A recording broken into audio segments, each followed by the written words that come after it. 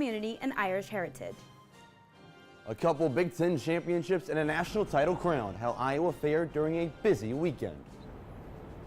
A spring in your step this week. I'll have your full forecast coming up. That and more coming up right now on DITV.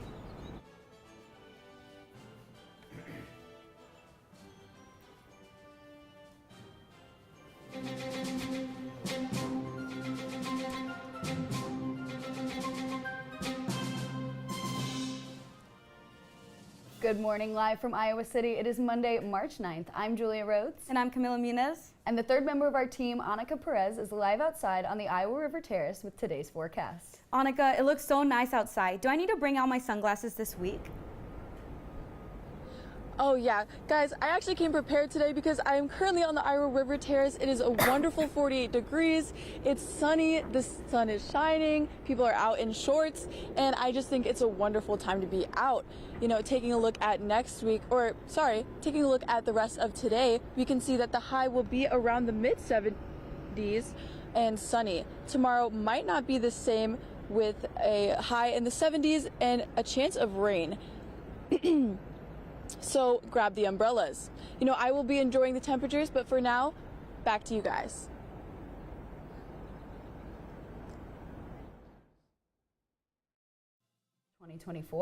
And the rising conflict in Iran is part of the reason why. Experts say concerns about possible disruptions to oil supplies and transportation have driven prices up in just the past few weeks. That means filling up your tank is getting more expensive for drivers here in Iowa. AAA says if the situation continues, gas prices could keep climbing, which can make everyday goods and services more costly too. For now, drivers are being advised to budget for higher fuel costs and keep an eye on updates as the situation unfolds. Dozens of protesters gathered in downtown Iowa City on Sunday calling for peace and urging the United States to avoid further military involvement in Iran. Participants held signs, chanted, and spoke about concerns that the conflict could escalate into a larger war. Many protesters said the U.S. should have solved the conflict through talks, not the military. Organizers said the rally was to raise awareness about the humanitarian impacts of war. The protest in Iowa City was one of many protests happening across the country calling for peace. The Iowa House approved a bill that would block local governments from passing civil rights protections for transgender and non-binary residents. The bill limits cities and counties to only enforce state-level civil rights laws. Supporters say it creates consistency for businesses, but critics argue it chips away at the rights of Iowans and ignores local communities that have already enacted protections. The bill now moves to the Senate for final approval, with little opportunity for public input. And a heads up to drivers in Iowa City. Construction on the Court Street project is back starting today. Court Street will be closed between 4th and 7th Avenue until midsummer, but the intersections will stay open. Pedestrians may face sidewalk closures on the north side, and bus riders on the 2 Court Street route will see detours starting today. Plan ahead and give yourself some extra time if you're heading through that area.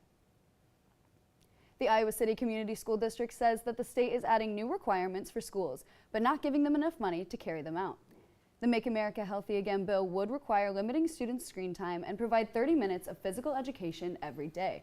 The concern is that Iowa schools only receive 2% increase in state funding, even though many districts ask for about 5% to keep up with rising costs and inflation. And the Johnson County Board of Supervisors is taking the next steps to build a brand new sheriff's office. The board approved add-ons to their existing contract for the project in their meeting last week. These include opening site design, site analysis, and hiring staff. These add-ons are worth over $540,000 and are in preparation for the public's vote on the new facility in November.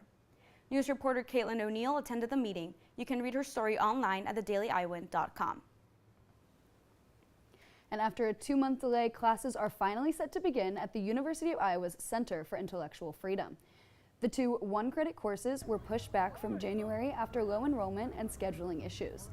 The center was created by state lawmakers to encourage more viewpoint diversity on campus. Classes will include guest lectures and speakers, and they will begin after spring break, focusing on American culture and U.S. institutions. Although Johnson County supervisors were elected to 4-year terms in 2024, a 2025 law now requires them to run for re-election by district rather than at large. Johnson County Supervisor Mandy Remington announced she will run for re-election in 2026. I got an inside look at what she has promised community members. Residents in Iowa City gathered at Sidekick Coffee and Books, where Johnson County Supervisor Mandy Remington officially announced her campaign for re-election. Local organizer and advocate Eric Cusick opened the event by highlighting Remington's leadership and the county's need for an administrator like her. Mandy's superpower is that she brings everyone together. She will connect people that are fighting for the environment with people that are fighting for reproductive rights. Remington took office as Johnson County Supervisor in January 2025 and is also the founder of the Corridor Community Action Network, a group that advocates for community issues across the Iowa City area. I deeply value leaders who recognize the importance of community organization as a partner in building solutions. Mandy has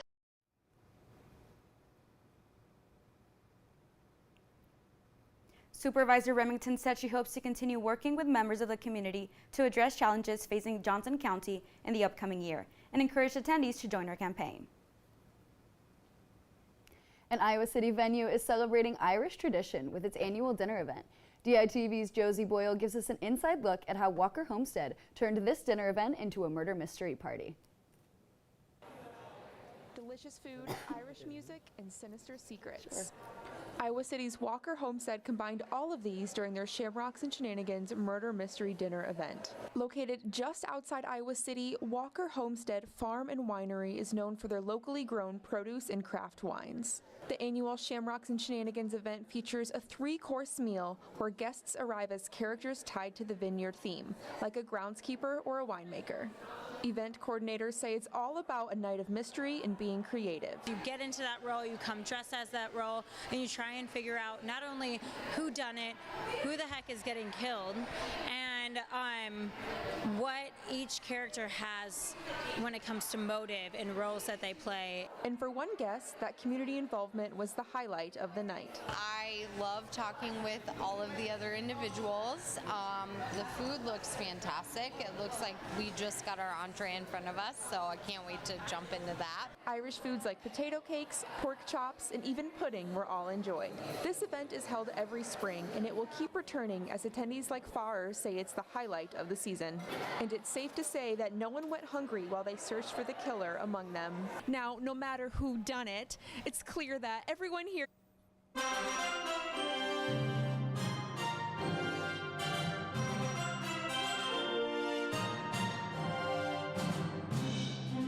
I'm Tanner Sigworth. I'm the chief photojournalist at KSL in Salt Lake City, and I'm excited that Daily Iowan TV is celebrating its 20th anniversary. I was there in 2015, and I got to work with some great people, great instructors, and they let me do a little bit of everything. I got to anchor the newscast, I got to direct newscast, I even got to do the weather. It was so much fun, but the best thing is I got to... So let's take a look back with Annika for the week ahead.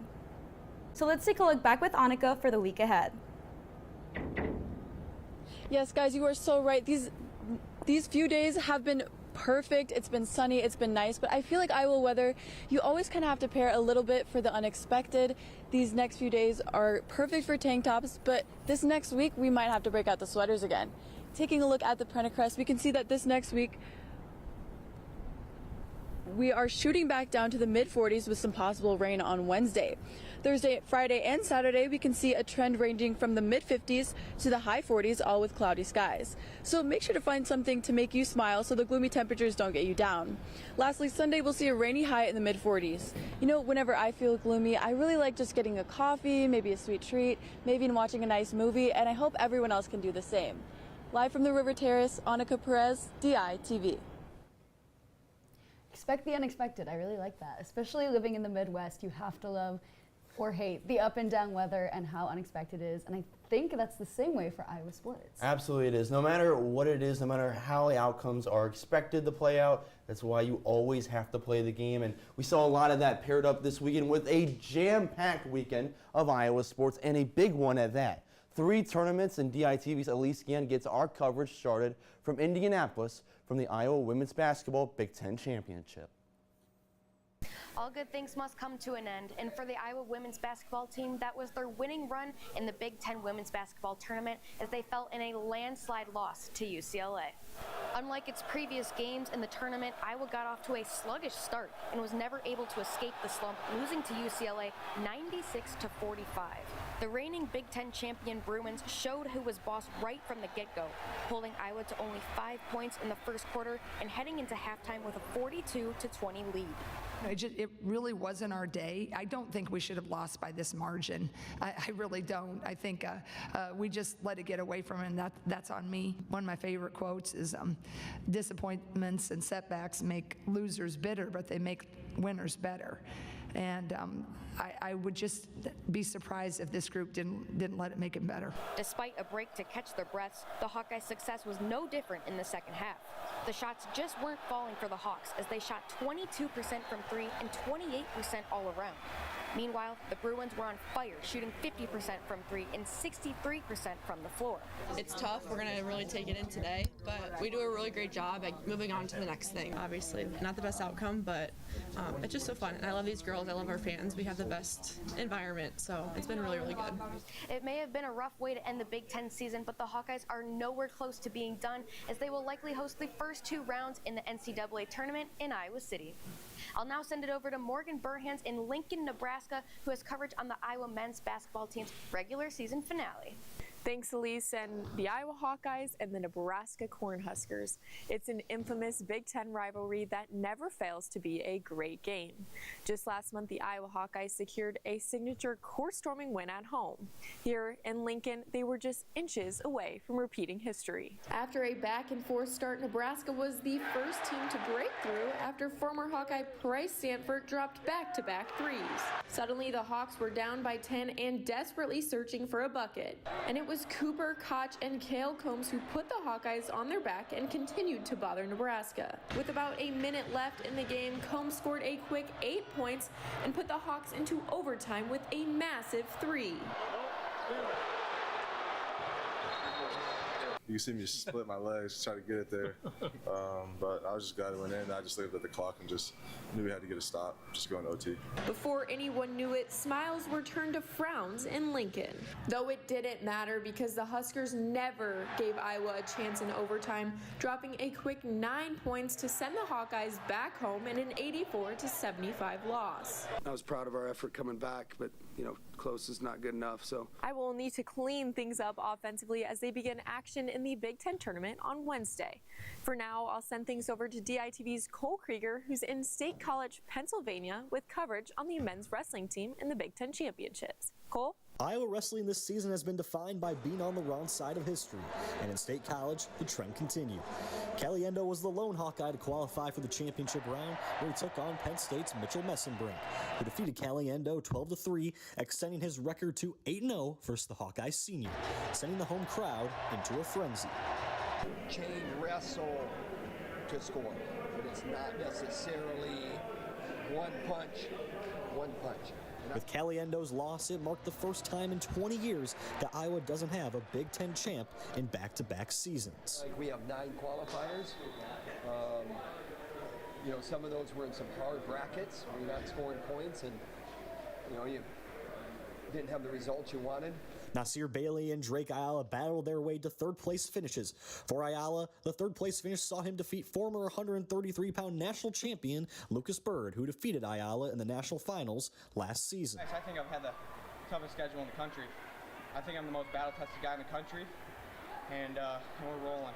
As the Hawkeyes finish in 4th place here at the Big Ten tournament, tied for the lowest in program history, as the Penn State Nittany Lions took home their 4th Big Ten title in a row.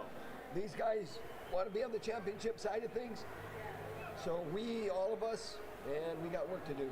In the end, Iowa's team score does not take away what 9 Iowa wrestlers accomplished this weekend, and that's qualifying for the national championships, which will take place 2 weeks from now in Cleveland, Ohio. For now, I'll send over to DITV Sports' Nick Isles, who's in Coralville for the inaugural Women's Wrestling National Championships. History in the world of women's wrestling has been made this past weekend as 10 national champions were crowned for the first time in NCAA history. Valerie Solario, Kennedy Blades, and Kylie Welker all earned individual titles. It was Kennedy Blades' turn next. The senior won her second national title after pinning number 4 Steph Stella Stiegler in just under a minute and 20 seconds on the mat. I just remember like laying in bed earlier after the semis, like, Kennedy, this is why you came to college. While Blades was in the press room, Welker secured her 3rd straight national championship. I can't wait to just go out and see my teammates. They all came dressed and ready for the event. Then came Valerie Solorio. It was an emotional matchup for her, not just because it was the final round, but her dad was here to watch her compete for the first time since she was 11 years old. When she is in the spotlight, her father will stay home in hopes to reduce her stress and pressure felt while competing. This time in her victorious 13-1 decision, the first person she went to was her father. I invited him, and that was a very big step for me, and that being said, I just wanted to perform like my authentic self that he knew. The appreciation for her teammates and coaches ran high. From the University of Iowa, Nick Isles, DITV Sports. Really appreciate all the coverage that went into this weekend. For more in-depth stories, there's extra details on the Daily Iowa YouTube page as well from this weekend of Iowa athletics. But let's bring things back home to Iowa City, where struggles would actually continue as the baseball team played their first weekend series of the season. After Game 1 and a victory for Iowa, this is how Game 2 and Game 3 went against Lindenwood, completely against what they would have expected. It was an upset loss on Saturday and then an extra inning thriller to take the series yesterday. And the Iowa softball team opened up Big Ten play over the weekend against the Ohio State Buckeyes. The Hawkeyes went 1-2 in the series, losing Game 1 2-5. But winning Game 2 in 5 innings with a score of 9-1. However, that was where the fun ended for Iowa softball, as the Buckeyes returned the favor in Game 3, taking a 10-2 win in 6 innings. Lots of struggles there. I did see on the positive side, though, that Iowa tennis got 2 critical wins on International Women's Day. Wow, exciting. And speaking of International Women's Day, today is National Barbie Day. Yes, and Barbie is celebrating with a new collection for International Women's Day. The lineup features tennis legend Serena Williams, astronaut Kelly Girardi, and inspiring women from all around the world. How awesome is that? That is very cool. I still remember my first Barbie, and yeah, I'm just still waiting on my dream house. And I'm just Ken. I don't have any of my own. I was addicted to Barbies as a kid. I absolutely loved them, and I was very, maybe I shouldn't say this, but very possessive. I did not like to share my Barbies. Anyone came in and tried to take it, it was just throw them out of the room? Absolutely, absolutely. All right, well, thanks for joining us online or listening on KRUI 89.7 FM. We're live from Iowa City every Monday, Wednesday, and Friday at 8:30 a.m. and online anytime at dailyiowan.com. For all of us, thanks for watching. We'll see you again on Wednesday morning right here on DITV.